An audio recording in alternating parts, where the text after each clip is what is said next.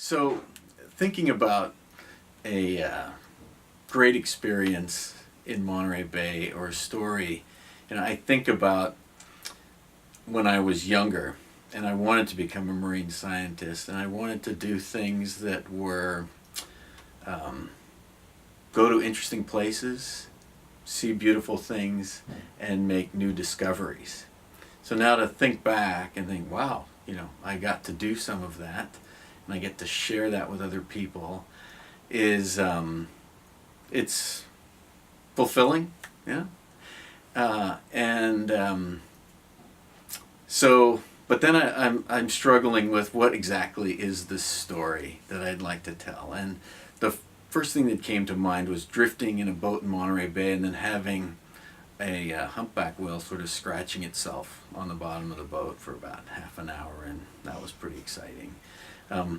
Another dreamlike experience was diving off of the Big Sur coast and scuba diving in a remote kelp forest. And usually around here when you're diving, the visibility is not great, but I felt like I could see 100 feet, crystal clear. Could see the individual kelp fronds and the harbor seals, swimming through, and it was crystal clear. I could see my friends laying out their meter tapes to measure things, and that was quite beautiful. But the story I want to tell is one about a place called Sur Ridge. So about 30 miles offshore of Point Sur, there's a geologic feature called Sur Ridge, and it's about 11 miles long, 3 miles wide. The shallowest spots maybe 2,300 feet, and then it goes down at the bottom. It's about 5,000 feet deep. So my friend and colleague, Jim Barry, and we were on a cruise actually studying a lost shipping container just outside the Monterey Bay. And what never happens offshore is we finished our work early. And Jim said, wow, we got an extra day. I was like, no, that never happens. And he said, well, why don't we go check out Sur Ridge? You're always talking about it. I know you want to go there. Nobody's been there to look at the biology. He said, I've got some manuscripts I got to work on. We can check it out and see what we find there. So we looked at a map and we looked for the steepest ridge that we could find, figuring that, maybe we'll see some things at the top. It'll be kind of muddy along the side, and hopefully we'll see some nice corals. So we get there. We're with the ROV pilots, sitting with the cameras, approaching slowly from the muddy floor up to Sur Ridge, and Jim's kind of opening up his computer and working on some things. And as soon as we hit the bottom of Sur Ridge, we see this corallium. It's this pink, beautiful coral. It's called a precious coral because they make jewelry out of it. It's like, wow, that's a surprise. We go a little bit further and we see this pink coral called Ciboga gorgia, and it's like, wow, another coral. A little bit further, there are these bamboo corals. And Jim kind of closes his computer and he's starting to look, and the pilots are getting kind of excited. And, the rest of the day we're just going up, seeing coral after sponge. In later trips, we were seeing a whale skeleton, an octopus garden, chemosynthetic communities. And, by the end of the day, we had just seen corals all day long, and everybody was really hyped up. The ROV pilots that are out there almost every day said, wow, we've never seen anything like this.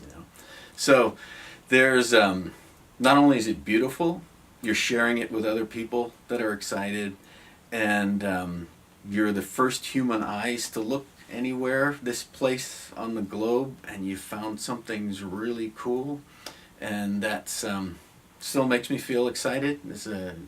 It's what you dream about doing, right, when you're young and you want to be a marine biologist.